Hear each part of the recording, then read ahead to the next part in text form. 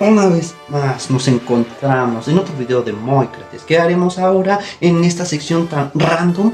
Continuar con el video anterior, que era sobre los mejores openings en la historia de la filosofía. Si no lo has visto, el primer video, pues velo, a menos que solo quieras conocer el podio más uno, porque nos quedamos en el puesto 6. Así que, sin más dilaciones, vayamos inmediatamente al puesto número 7 de esta gran lista. Los mejores openings en la historia de la filosofía. Y en el puesto número 7 encontramos a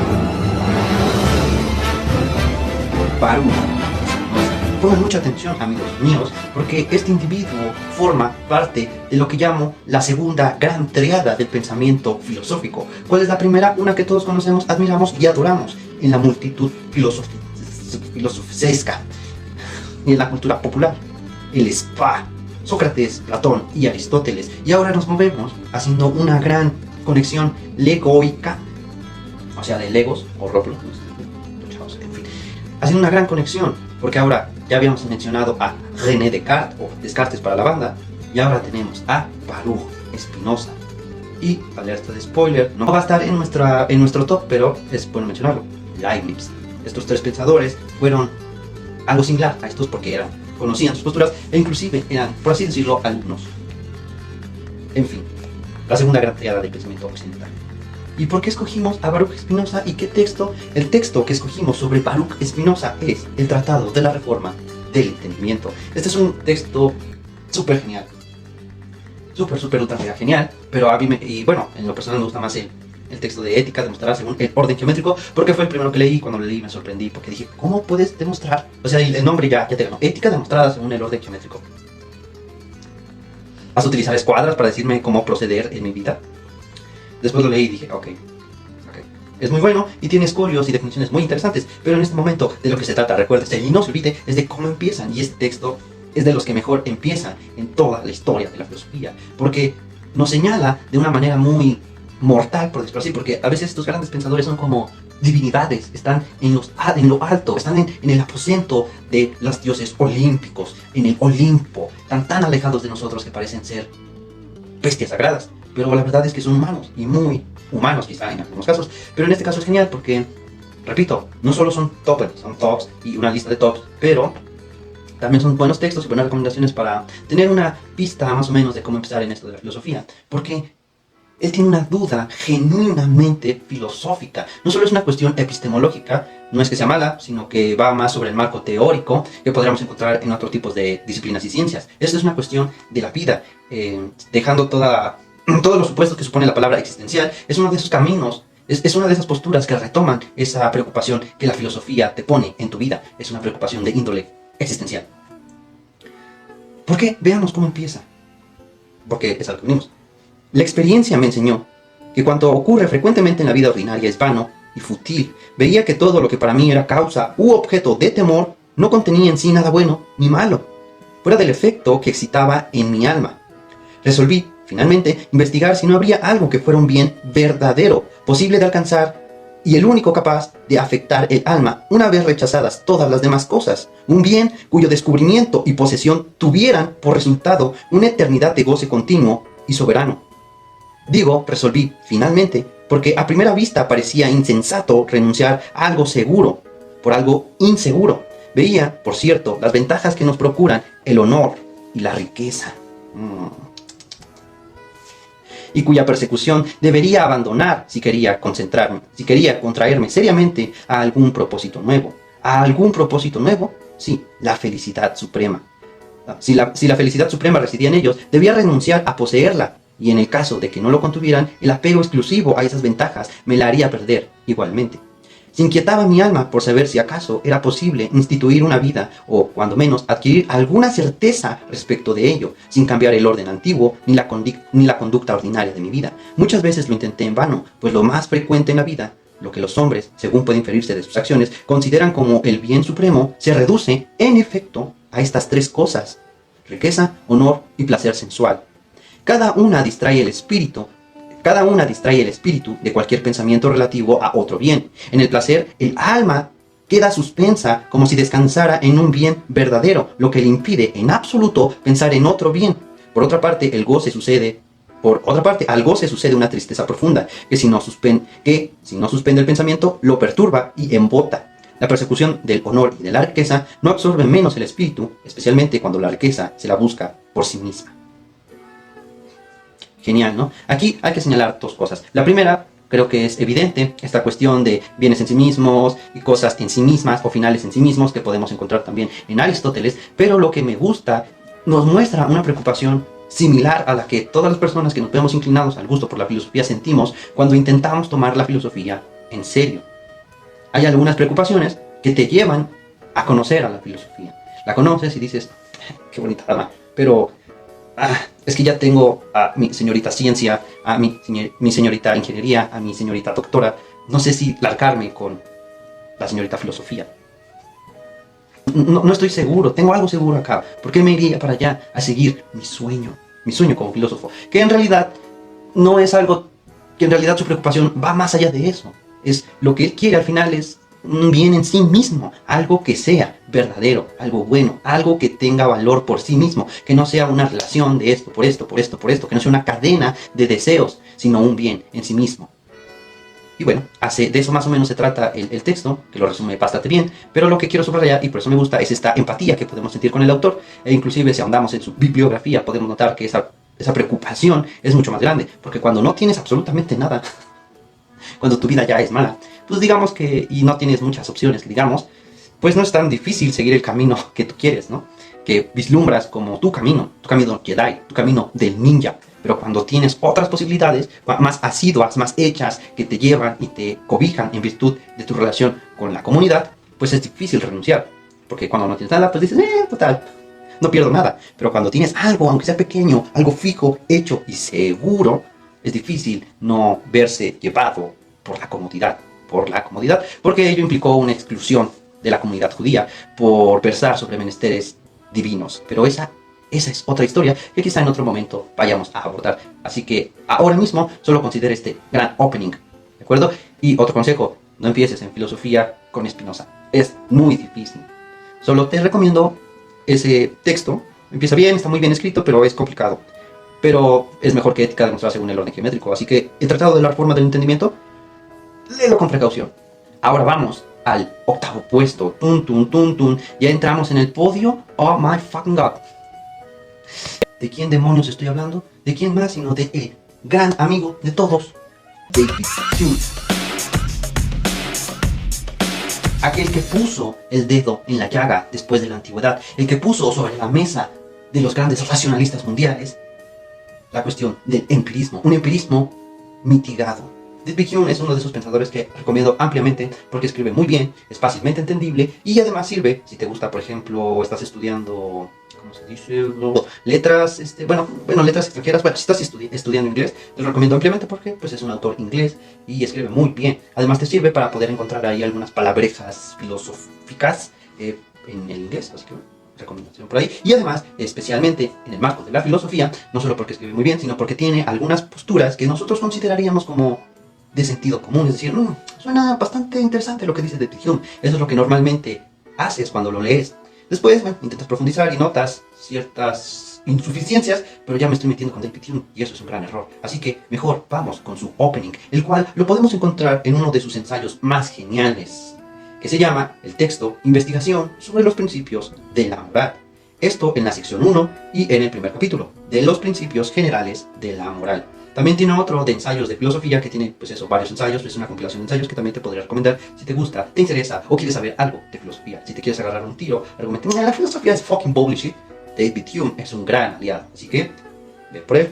Por ahora, disfruta de este opening y la rola suena así. Las disputas con hombres que se obstinan en mantener sus principios a toda costa son las más molestas de todas, quizá con la excepción de aquellas que se tienen con individuos enteramente insinceros, que en realidad no creen en las opiniones que están defendiendo y que se ensarzan en la controversia por afectación, por espíritu de contradicción y por el deseo de dar muestra de poseer una agudeza y un ingenio superiores a los del resto de la humanidad. De ambos tipos de personas debe esperarse el mismo desprecio por sus antagonistas y la misma apasionada vehemencia en sus compañeros por hacer que impere la sofistería y la falsedad. Y como el razonamiento no es la fuente de donde ninguno de estos dos tipos de disputa antes saca sus argumentos, es inútil esperar que alguna vez lleguen a adoptar principios más sólidos, guiándose por una lógica que no hable a sus efectos. Por lo tanto, el único modo de convencer a un antagonista de esta clase será dejarlo solo, pues cuando vea que nadie está dispuesto a seguir discutiendo con él, decida por sí mismo ponerse del lado del sentido común y la razón. Eso, o sea, le puedes poner una base de fondo y es pa, pa, pa. O sea, se deja ver, bueno, quizás ustedes ahora no lo noten, pero si los convenzo, van a notar esta pluma tan inglesa. Eso es sutileza, pero es elegante, pero muy mordaz. Me encanta David Hume, escribe muy bien. Y cómo no, lo que está diciendo aquí, a final de cuentas, es, compadre, ya güey, no discutas con los tontos, no les vas a ganar. ¿Por qué? ¿Por qué? Porque la intención que tienen no es epistemológica, no es filosófica, no es política, no es ni siquiera futbolística. Simplemente quieren discutir o, en el peor de los casos, tener la razón sobre una creencia que ellos sostienen que no descansa en razones lógicas, científicas, filosóficas o divinas, sino simplemente en sus malbaratados sentidos, gustos, afecciones, etc, etc, etc. Y esa es la recomendación que nos da David Hume. Antes de querer debatir con alguien, piensa cuáles son los propósitos que tiene esa persona. ¿Realmente le importa la verdad, lo bello, lo bueno, lo verdadero? ¿Realmente le importa saber quién va a quedar campeón de clausura 2024? ¿O qué es clausura? No sé. No, simplemente quiere discutir con alguien más, por lo que sea, porque está aburrido, porque no tiene nada mejor que hacer, porque está enojado con la vida y necesita a alguien con quien desquitar su odio, lo que sea. El punto es que es una gran recomendación, y no solo eso, sino que me gusta cómo empieza porque te deja ver que esto de la filosofía, si bien requiere esfuerzo, trabajo, un poco de sacrificio y rigor, tampoco es no es algo que ninguna persona de pie no podría hacer si se lo toma con la intención suficiente, porque pues no está tan difícil. Y David Hume es uno de aquellos filósofos tan amables con el lector que lo puedes abordar si eres físico, ingeniero, pedagogo, lo que sea. Entonces te lo recomiendo ampliamente. Quería subrayar otra cosa sobre este gran opening, otra cosa que me gustaba, pero creo que ya se me olvidó. Bueno, al final, David Hume siempre apoya que la mayoría, el sentido común, ciertamente. Como justo les había mencionado, dado que él pone el dedo en la llaga sobre la justificación del conocimiento que en ese momento era por ahí en los años 1600, hablando de música, había buena esperanza sobre el pensamiento científico, sobre el pensamiento riguroso, que descansara en buenas, estaban estos dos bandos, conocimiento científico que tenía buenas justificaciones porque estaba sobre base de la experiencia, y los metafísicos. El pleito que tiene más David Hume es con esta parte, con los filósofos metafísicos que hablan de mundos que no saben, y bla, bla, bla, más que con estos, pero a estos también les pone el dedo en la llaga acerca del escepticismo. Es decir, si tu mayor fuente de información son los sentidos, estás perdido, eso no es conocimiento lo suficientemente fuerte. O sea, David Hume nos deja en un escepticismo muy feo, el cual rescata en virtud del sentido común y de la vida cotidiana. Es decir, yo no puedo estar seguro si mis sentidos me engañan, como dice Descartes. ¿So what? Yo me siento bien. Es un poco como el razonamiento al que llega Dwight en ese capítulo en el que Jim le hace la broma acerca de la Matrix, y él dice, oye, si hubieras venido en un momento más triste de mi vida, quizás hubiera aceptado la píldora azul, pero ahora estoy bien, aunque sea falso, estoy bien. Algo similar, pero no es lo que dice Hume, pero por ahí lo puedes ir llevando. Ahí podemos ir dorando la píldora, nunca mejor antes dicho. Así que te recomiendo ese ensayo y lo volvería a leer todos los días. En conclusión, no discutas con un estúpido, a menos que sea conmigo, así que ponlo en los comentarios. Así que ya, nos estamos acercando al número 2.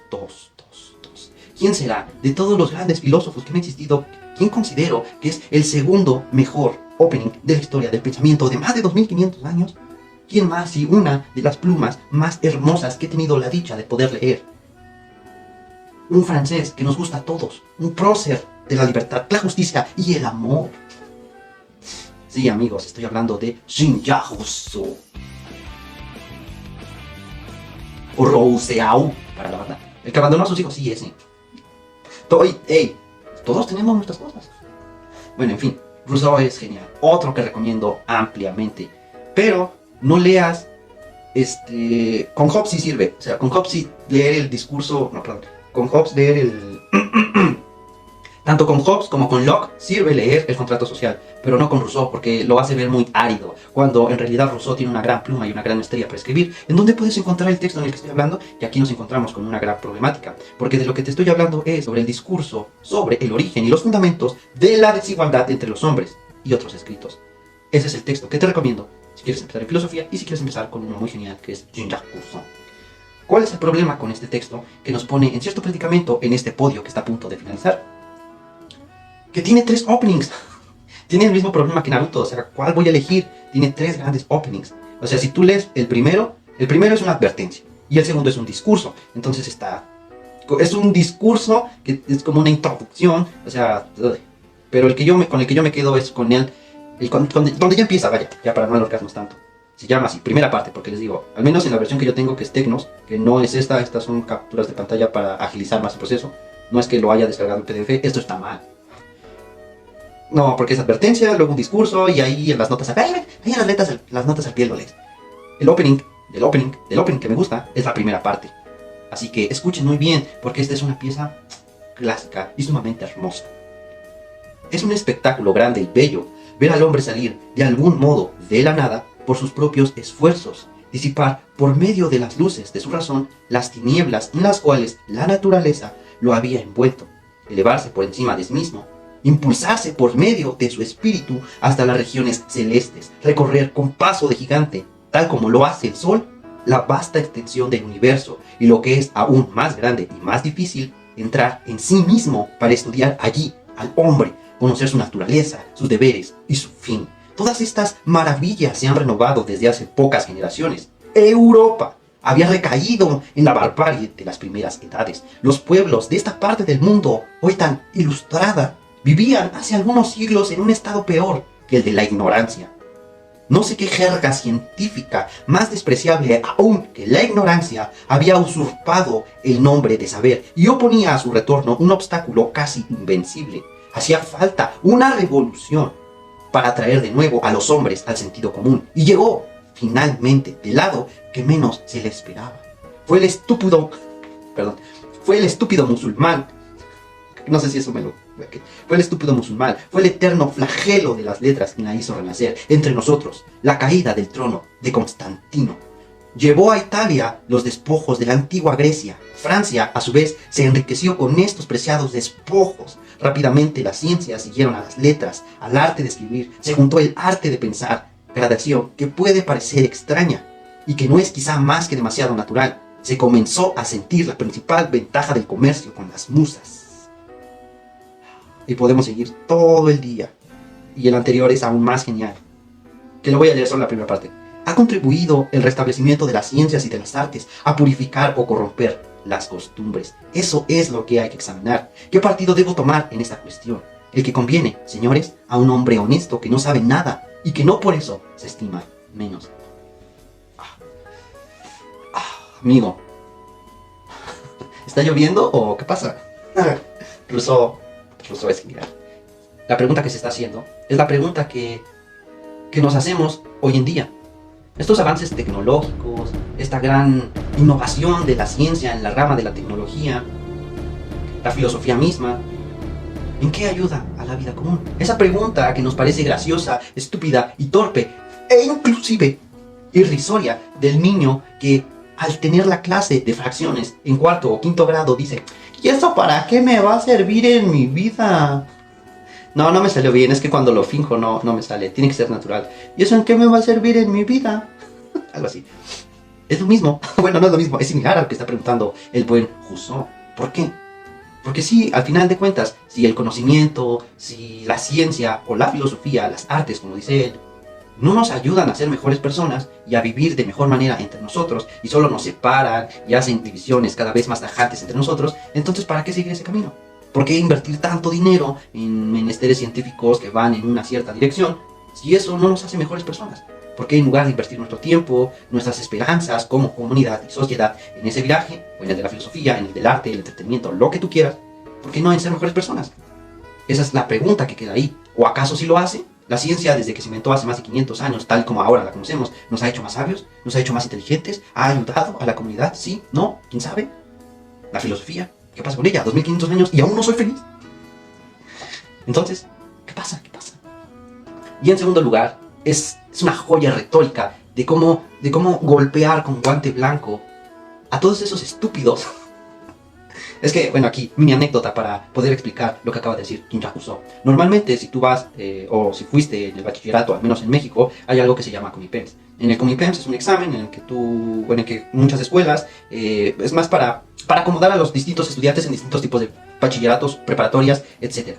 Entonces, si tú tienes un buen promedio, más un buen resultado en tu examen Comipens, vas a la escuela que tú elegiste, que normalmente es el CCH, en tanto que el CCH o el Politécnico, que es la Boca, creo, no recuerdo ahora, si es la vocacional, no importa. Si tú quedas una de esas, tienes pase directo a las grandes universidades de nuestro país, la UNAM y el Politécnico, pero ese es otro asunto. La cuestión aquí es que muchas de las preguntas en el marco de la historia es una pregunta básica: ¿quiénes son los padres de la Ilustración? Tipo de preguntas así, ¿no? Inclusive en algunas guías viene una pregunta así: ¿quiénes fueron las personas más importantes o que sostenían que la razón era... ¿Quiénes fueron? No, ¿cómo es? Algo así como... Algo así, no recuerdo textual, pero cuando yo la leí dije... ¿quiénes son los padres de la revolución ilustrada? No de la Revolución Francesa, sino del pensamiento ilustrado. Y casi siempre ponen a dos hombres, que son Rousseau, Kant y Voltaire. Voltaire desde la parte política, Rousseau desde la parte ahí de política, literatura, filosofía, y a Kant obviamente desde la parte filosófica.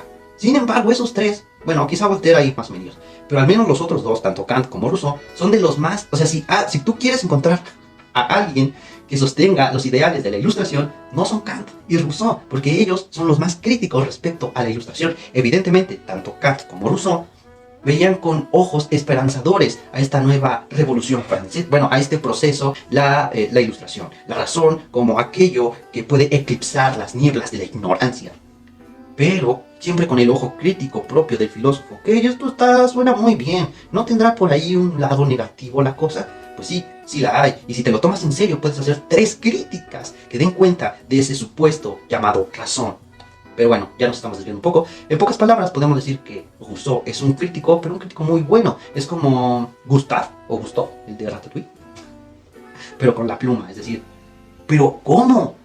Europa, si antes eran unos, mira, si esos moquitos se les salían, y ahora ya son los mejores, ya llegamos, ya sabemos lo que es lo bueno, ya sabemos lo que es lo correcto y todo, mira, la razón, ¿a poco sí? Pero pues si yo veo hay gente que se mata, pues no tan buenos no podemos ser, ¿no? Pero pues si estamos en la tierra de la esperanza, de los trabajos, de las oportunidades, ¿cómo que hay foco crispis en las calles? No puede ser. Ven más o menos por dónde va la crítica. Obviamente es mucho más amplia, más rica filosóficamente hablando, pero lo que estoy haciendo aquí es ser explosivo con ustedes. Quiero que se adentren a ellos porque sí, son muy interesantes y son muy amables con el lector. Así que, si se dan cuenta, lo único que estoy haciendo es prolongar el número 1 a mi opening favorito en la historia del pensamiento occidental y mundial. No sé por qué digo solamente occidental, pero bueno, bagajes del oficio. No, ¿cómo se dice? Ya me cansé.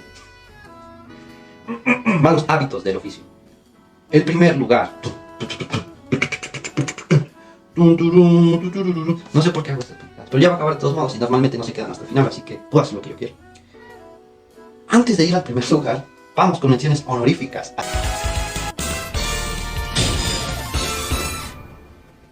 Así es. Antes del número 1 tenemos a Kant y a Hegel. Sí, yo sé. Kant, bueno, vaya, es uno de mis filósofos favoritos, así que no estoy siendo objetivo en ese sentido, por eso no lo incluí, y porque no se deja, o sea, cuando tú ya leíste la crítica de la razón pura, cuando tú ya la leíste, no, pero ya, hablando en serio, cuando lees la crítica de la razón pura, y lees el prólogo posteriormente, es como, Kant, amigo, ¿por qué? ¿Por qué no sigues vivo? ¿Por qué no estás con nosotros? Y cuando lees, sí, porque sí, la fenomenología del espíritu es horrible, es asquerosa, nunca en tu vida empieces en filosofía, ni con la crítica de la razón pura, ni con la fenomenología del espíritu, porque es lo que normalmente la gente que realmente le interesa la filosofía hace. Es un error muy común. Dude, a mí no me hables de Rousseau, del mundo de Sofía, ni de la apología de Sócrates. A mí ponme algo duro, o sea, yo soy ingeniero. A mí, pues, fenomenología del espíritu sí, ahorita. No me gustó, es un lenguaje muy oscuro. No. Sí, no empieces con ellos, pero en algún momento los vas a tener que leer si realmente te gustan. Y no empieces por el prólogo, y es algo que los grandes estudiosos, especialmente los hegelianos, te dicen: no leas el prólogo de la fenomenología del espíritu, no leas el prólogo de la fenomenología del espíritu, pero nadie te explica, o si te lo explica como los hegelianos lo hacen. No, pero ya hablando en serio, yo tuve la fortuna de nunca leer los prólogos, no me gusta, me aburre, es como, saltar intro, ¿no? Ya, dame filosofía, quiero filosofía. Así era yo antes y pues lo sigo siendo. Normalmente siempre, de cualquier texto, leo la introducción al final para recapitular lo que ya leí, ¿no? Consejo literal, consejo de, si te gusta la filosofía, no, un consejo de aprendizaje, no sé qué estoy diciendo. Anyway, Hegel y Kant. Entonces, ambos prólogos empiezan súper ultra mega genial. Cuando ya le entiendes, notas cómo todo tiene sentido, cómo al final se terminan de conectar los puntos. Es como una resolución, ¿sabes? Como ese tipo de películas en el que dices, ¿por qué sale eso? Y luego dices, no manches, era por eso. Así son esos prólogos. Pero para justificar el por qué no los deben de leer, especialmente de la fenomenología del espíritu, es porque es la fenomenología del espíritu. Nótese que el objetivo que tiene primordialmente, si no es que únicamente, es decirte cómo conocer la totalidad de lo real. ¿Tú crees que exista una forma de resumir cómo conocer la totalidad de lo real? Pues claro que no, es como la inversa de cuando vas, por decir algo, con una chica a ver una película y van a ver Cars y va a ver la sinopsis de la película y tú dices, es que quiero ver de qué trata. De aviones, pendeja. Es como de qué, el título se llama Cars, ¿de qué crees que va, de qué va a tratar? Pues de carros. Es a la inversa, o sea, en el primer caso no necesitas una sinopsis, no necesitas un resumen, es una película de carros antropomorfos. En esta es la totalidad de lo real. ¿Cómo resumes la totalidad de lo real? No se puede. Entonces, leer el prólogo al principio es un poco absurdo, burdo, tonto, que es normal, porque esa es la intención de los prólogos. Pero cuando es un tema tan amplio como el que quiere abordar en la fenomenología del espíritu y en la crítica de la razón pura, que es una crítica a la razón en su estado más puro, es muy complicado tener un resumen. Como justamente lo digo, un prólogo es distinto a un resumen, pero para que ustedes me entiendan necesito decirte que es un resumen. Sin embargo, una persona que seguramente estudió letras me va a decir, pero no es lo mismo, ya lo sé. Pero es para que me entiendan. Aquí no hay problemas si hay algunas matices, características fundamentales que tienen los prólogos que lo hacen distinto a un resumen. Se alcanza a entender la idea. Mal, pero se alcanza a entender. En el caso de la fenomenología del espíritu, no. Y lo terminaré con una anécdota, porque no sé cuánto lleva de minutaje. Va rápido. ¿Tienen tiempo? Estaba Einstein en un simposio, ¿no? Terminó el simposio, dijo, hombre, traigo harta hambre. Y fue a un puesto de pretzel. Este puesto de pretzel estaba un alemán cualquiera. Soy alemán. Entonces llegó Einstein y le dijo, ¿me puede dar un pretzel? ¿Pite? Porque pite es la única palabra que se me entiende. Dijo, sí, claro, no, ya, verá. Y le da el pretzel. Oiga, usted es el gran científico, físico alemán Albert Einstein. Así es, amigo, yo soy. ¿Me puede explicar esta teoría, cómo se llama? Sí, la teoría de la relatividad espacial, especial, no sé cómo se llama. Sí, claro. Y empieza a explicarle toda porque es científico y tiene esta parte humanista, tenía el tiempo libre, no quería llegar a su casa porque estaba su caleta, ya saben, cosas de científicos. Y le dijo, mira, la teoría de la relatividad especial dice que... Y pasó 4 horas explicándole qué es. Y al final el señor de los pretzels se quedó. No le entendí. Bueno, me tengo que ir. Se va y al siguiente día pasa exactamente lo mismo. Oiga, disculpe las molestias, pero querría que me explicara otra vez eso, por favor. Y Albert Einstein dice, ok. Y se lo empieza a explicar de una manera más coloquial, así como ahorita nosotros. Termina la neta, pim pum pum espacial, ya. El tiempo, ¿qué es el tiempo? Si me lo preguntas no sé, pero si lo hago sí sé. En fin. Ahora ya no se llevó 4 horas, solo se llevó 2 horas. Y el señor de los pretzels le dice, creo que no, sigo sin entender, o sea, como que ya le agarré la onda, pero todavía no. Explíquelo mejor. Bueno, ya se va, ¿no? Y al siguiente día, exactamente lo mismo. Albert Einstein ya está bien jodido, tuvo un día malo, su esposa lo regañó porque tiene un gran físico. Ya sabes, chistes clásicos, ¿no? Y le dice, por favor, ya la última vez le voy a pedir que me lo explique, pero soy un vendedor de pretzel. Hágame la buena, jefe. Albert Einstein le dijo, mira, la teoría de la relatividad es esto. 5 minutos. La teoría de la relatividad, que le costó años, se la explicó a un vendedor de pretzel en 5 minutos. Y el vendedor de pretzel estaba emocionado y extasiado. Sí, al fin sé qué es la teoría espacial de la relatividad general. Espacial, y bueno, no importa, porque soy un vendedor de pretzel, no un güey que sube videos a internet que no recuerda cómo se llama y por eso hace un chiste. Ya lo entiendo, ya sé qué es la teoría. Y Einstein se va muy infeliz a su casa, porque no le enseñó absolutamente nada. Es decir, no, amigo, no sabes lo que es la relatividad espacial especial de Einstein. No te puede explicar eso en 5 minutos. Eso no es la teoría de la relatividad. Lo mismo ocurre con la fenomenología del espíritu. Esto que está en el prólogo no es la fenomenología del espíritu. Es la conclusión, es el final, es el porqué, su explicación, su reformulación. Es el camino tortuoso. Es ya me acabé el juego, ahora solo vengo a tutorial. Más o menos. Y con Kant pasa algo similar. Por eso no los pongo en mis mejores openings. Que es una pena, pero... Así que ya sin más ni más, vamos al mejor opening de todos los tiempos. Así es, amigo. Si tú me conoces, que yo sé que sí, quizá ya sepas cuál es. Así es. Prólogo del Zaratustra.